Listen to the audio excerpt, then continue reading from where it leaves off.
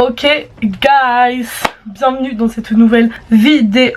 Je reprends un truc que je faisais l'année passée, mais que du coup vous avez suivi, je l'ai déjà dit 3000 fois dans mes dernières vidéos, mais j'étais en panne de lecture l'année passée. Mais là les gars, le mois de janvier, j'ai repris, j'ai lu 7 livres ce mois-ci. Je suis beaucoup trop heureuse, beaucoup trop fière de moi. Espérons que ça continue en février. On est aujourd'hui le 31 janvier, du coup je vais présenter tous les livres que j'ai lus. Il y en a un que j'ai pas, il y en a un que j'ai pas fini, il me reste genre 15 pages et je les finirai ce soir. Donc comme on est le 31 janvier, je l'aurai fini en janvier, après vous avez capté. Mes cheveux sont chelous, mais c'est parce que je fais un petit masque. Oui, je suis... Wow, qui ose m'envoyer un message? Trop fou les gens. En fait je me mets pas en mode avion parce que s'il y a le biril, je veux pas le rater. Vraiment mon objectif, être à l'heure le plus possible. Ce que j'ai réussi franchement la moitié du temps en janvier, je suis trop fière de moi. Des applaudissements. Merci, ça mérite un dab. Hop, hop, hop. Allez, bon. Les rêveries du promeneur solitaire de Jean-Jacques Rousseau. J'ai plus de respect pour lui. Rousseau. C'était pas dingue hein. Ah c'était pas dingue. Bah écoute, t'as 160 pages, 170 presque, d'un pélo qui répète à quel point tout le monde le déteste, à quel point il y a que lui-même qui est bien pour lui.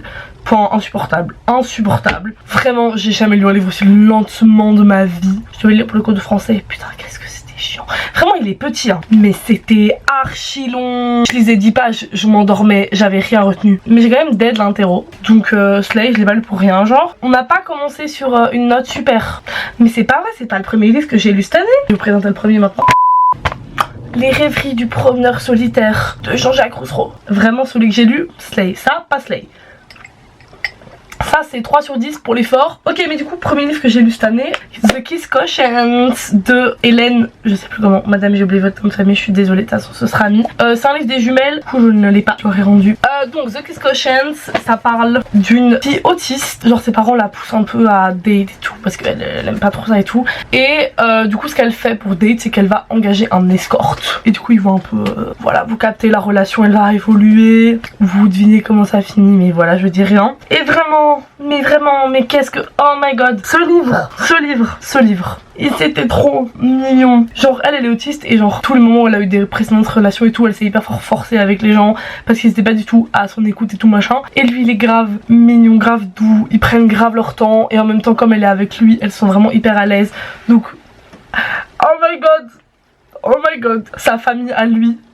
J'adore. Je trouve que genre le problème, parce que tu vois c'est ça, il y a toujours un petit problème dans les livres pour rajouter un petit enjeu et tout machin dans leur relation. Genre en vrai je le trouve hyper compréhensible et tout, mais je trouve que c'était un peu mal réalisé. Je sais pas comment dire ça. Ouais d'ailleurs j'ai repris Goodreads, du coup je suis assez libre. Là ils disent waouh vous êtes vraiment en avance sur votre programme. Bah merci frérot, tu régales. Du coup The Kiss Quotient, j'ai mis 5 étoiles. Mais je pense que là la réflexion que j'ai maintenant devant vous c'est genre une réaction non. Réflexion que genre j'ai juste eu beaucoup plus tard. À skip il y a genre un tome 2 et un tome 3. Bien sûr que j'ai envie de les lire en fait. Du coup Roman si tu regardes cette vidéo, ou Chloé si tu regardes cette vidéo, achetez-les pour que je puisse les lire. Merci beaucoup mes vies. Et je trouve que comme l'autrice elle-même est autiste, c'était pas du tout dans le cliché et tout, et genre c'était hyper bienveillant, j'ai trop aimé, d'accord. Ensuite j'ai lu, oh my god trop Slay. Non en fait Slay, mais j'ai beaucoup de choses à dire. A Million Kisses in Your Lifetime. Déjà je l'ai annoté, voilà, sympa, très beau, magnifique, on kiffe. J'ai des choses à dire. Je les rends. Alors, ils sont grave cute, ok. Genre vers la fin du livre vraiment ils sont trop mignons mes vies. Voilà, Ren et j'ai oublié tout le nom du mec. Crew. Désolée je peux pas mais en fait non c'est pas un prénom Crew. Bref les deux, choubidou, ok. J'aime bien tout le côté avec leurs parents en mode ils sont riches mais ils ont des familles merde. Et donc en mode ok on est riche, on a un peu la vie facile. Ce qui est beaucoup montré dans le livre parce que littéralement ils vont se faire un petit week-end de ski en plein milieu des cours. Mais t'inquiète on est riche. Mais genre le côté avec leurs parents et tout, du coup qui sont hyper obsédés par leur argent, leur pouvoir machin et tout. C'était vraiment hyper intéressant, hyper bien montré machin. Mais juste oh my god, il faut que j'en parle. Il faut que j'en parle. Ok. Je sais pas comment je vais commencer ça. Le personnage principal, donc Ren, au début du livre, c'est vraiment genre la petite meuf parfaite, qui a sa petite bague de pureté, qui a promis à son papa qu'elle allait se préserver pour le mariage et tout. Ok ma vie, si tu veux, genre si c'est ton choix, si ton daron il t'a pas forcé, hassoul, comme on dit, fais ce que tu veux. Sauf que Crow là, il a un problème avec ça. Il est locaux. Quand je vous dis que jusqu'au moment où ils commencent à faire des bails ensemble, son seul putain de trait de personnalité à la go, t'as l'impression c'est qu'elle est vierge. Genre, c'est une dinguerie. Comment il répète en boucle. Ouais, ma petite vierge. Nanana. Waouh, waouh. C'est pas son seul trait de caractère. Je te jure qu'il y a d'autres choses, genre. Et vraiment, je comprends pas. C'est grave un truc en mode, un espèce de enemies to lover, je sais pas quoi. En mode au début, il s'aime pas. Mais il s'aime pas juste, elle est trop nulle, la raison. Genre juste, il s'aime pas parce que lui, il est attiré par elle et il veut pas parce que c'est la petite vierge, nanana, innocente, je peux pas être attiré par ça. Et elle l'aime pas parce qu'il l'a mal regardé le jour de la rentrée. Genre, what the fuck? Genre, il s'est rien passé entre eux. Ils sont en mode, pourquoi tu me détestes? Il te déteste pas, il t'a juste mal regardé une fois. Si toutes les gens qui m'ont mal regardé une fois me détestaient et que je devais les détester, mais putain, le nombre de gens que je dois détester, j'ai pas ton temps en fait. J'ai pas ton temps. Donc vraiment, ma vie, Ren, s'il te plaît, zen en fait, surtout qu'au final vous aimez, vous êtes trop mignons. Vraiment, par contre, les grands gestes d'amour, ah ça y va à l'appel, hein. Ça vraiment, Crew il les donne là, les grands gestes d'amour, les grands cadeaux, les trucs romantiques, ça j'ai kiffé. Mais voilà, cette partie là m'a saoulée. Et alerte méga spoil, il y a un des profs qui couche avec ses élèves. The woman was too stunned to speak. Ok, et il en met une enceinte machin et tout, et c'est la pote de Ren qui est enceinte. Elle est persuadée qu'il l'aime et tout machin. Non, c'est vrai, tu t'aimes pas, mais bref, autre débat. C'est pas Crew, il est en mode moi je vais lui casser sa gueule, je vais le faire renvoyer et tout. Pas parce qu'il fait ça avec des filles, tout, parce qu'il veut faire ça avec Ren.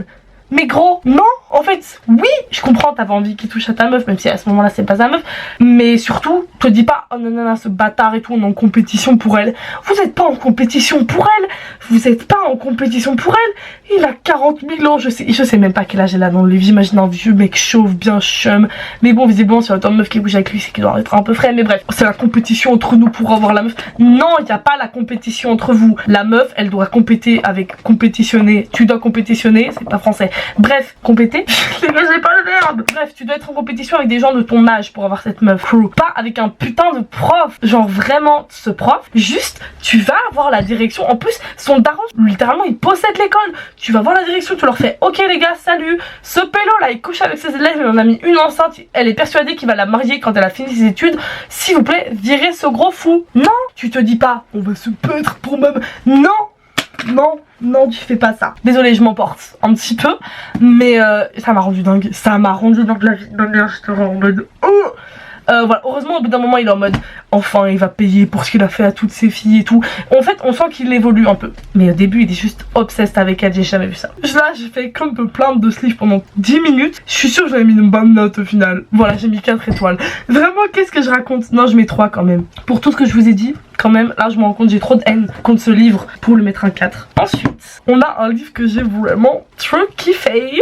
C'était L'Abbé de Grâce de du coup Kim Leggett. Alors, j'entendais parler de ce livre depuis super longtemps sur Bookstagram, sur Booktube, sur BookTok et tout. Je me disais en mode ouais c'est trop bien machin et tout. Et j'étais en mode ok vas-y, je l'ai trouvé chez Pêle-Mêle, j'ai vu 2,50€, j'ai fait ok vas-y je le prends, je le lis. Oh my fucking god. Je l'ai lu en 4 jours à l'école, hein. Vraiment j'étais comme ça tout le temps en cours. Donc c'est une dystopie où toutes les filles, à l'année de leurs 16 ans, sont obligées de partir genre un an en année de grâce parce qu'elles sont censées avoir une espèce de une magie qui rend les hommes un peu crazy. Et du coup elles doivent aller du coup un an dans les bois, ouais dans les bois je sais pas, pour dissiper leur magie. Sauf qu'en fait, à chaque fois quand elles reviennent, il en manque plein qui sont genre mortes et tout. Et ce qui fait devenir complètement crazy dans l'endroit. Et donc, on suit... putain, j'ai oublié comment elle s'appelle. Oh my god, Bébou Tierney, c'était vraiment trop un prénom chelou. Tierney, du coup, elle part en année de grâce. Oh my god, il m'a défoncé. La fin, mon cœur, il a fait rap. C'était horrible. Mais en même temps, c'était trop bien. Enfin, waouh. Waouh, j'ai trop kiffé. C'est vraiment un livre hyper féministe. C'est vraiment cette idée que genre les hommes ils vont essayer de nous monter contre nous pour que justement on se défonce entre nous et qu'on sache plus se rassembler pour les combattre eux, genre vous avez capté. Genre vraiment cette idée il faut diviser pour régner. Et bah c'est vraiment ça qui est hyper bien expliqué dans le livre. Et c'est magnifique et ça parle d'amour et ça parle d'amitié, de sororité. Et c'est oh mon dieu, j'ai trop aimé ce livre. J'ai trop aimé ce livre. Lisez-le. Ça se trouve vraiment, il est sorti il y a longtemps et ça se trouve partout et il est vraiment... J'ai trop kiffé, genre c'est une petite dystopie facile à lire mais qui en même temps a un fond hyper intéressant, il se passe plein de trucs, il y a grave des moments où j'étais en mode qu'est-ce qui va se passer. C'était trop bien, c'était trop bien. 5 étoiles évidemment. Ensuite, j'ai lu un livre, bon, vous commencez à me connaître. Les Sœurs d'Auschwitz de Heather Morris. J'ai déjà lu La violoniste et le tatoueur d'Auschwitz.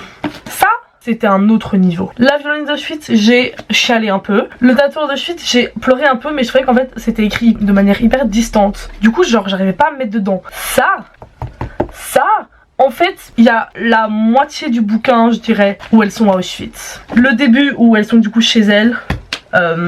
Avec leur famille et tout machin, on voit leur vie et comment elles se font arrêter et tout machin. Et les genre 200 dernières pages, c'est le moment où du coup elles sont, enfin je vous spoil le livre mais bref, du coup elles font les marches de la mort, elles arrivent à s'enfuir des marches et donc on suit le moment où elles arrivent à s'enfuir, où elles rentrent chez elles, elles refont leur vie machin et tout. Il y a tout un traitement que j'ai trouvé hyper intéressant sur la culpabilité des survivants des camps. Et il y a aussi une discussion sur les gens qui arrivaient pas à en parler et c'était, enfin je sais pas, en fait le traitement qui a été fait à travers les personnages de toute cette culpabilité de ouais mais en fait il y en a qui ont souffert plus que moi, du coup j'ai pas le droit de me plaindre, j'ai pas le droit de raconter ce qui m'est arrivé et tout, genre c'était juste, oh j'ai trop aimé, vraiment j'ai trop aimé, vraiment j'ai fait que pleurer, vraiment la fin, mais j'étais en larmes, en fait j'avais tout le temps genre le petit film de larmes devant mes yeux quand je lisais, genre je mange un petit peu ma vache Léonidas, elle était trop slay, je vous montre ce qui reste de sa tête, je pense que vous voyez un peu.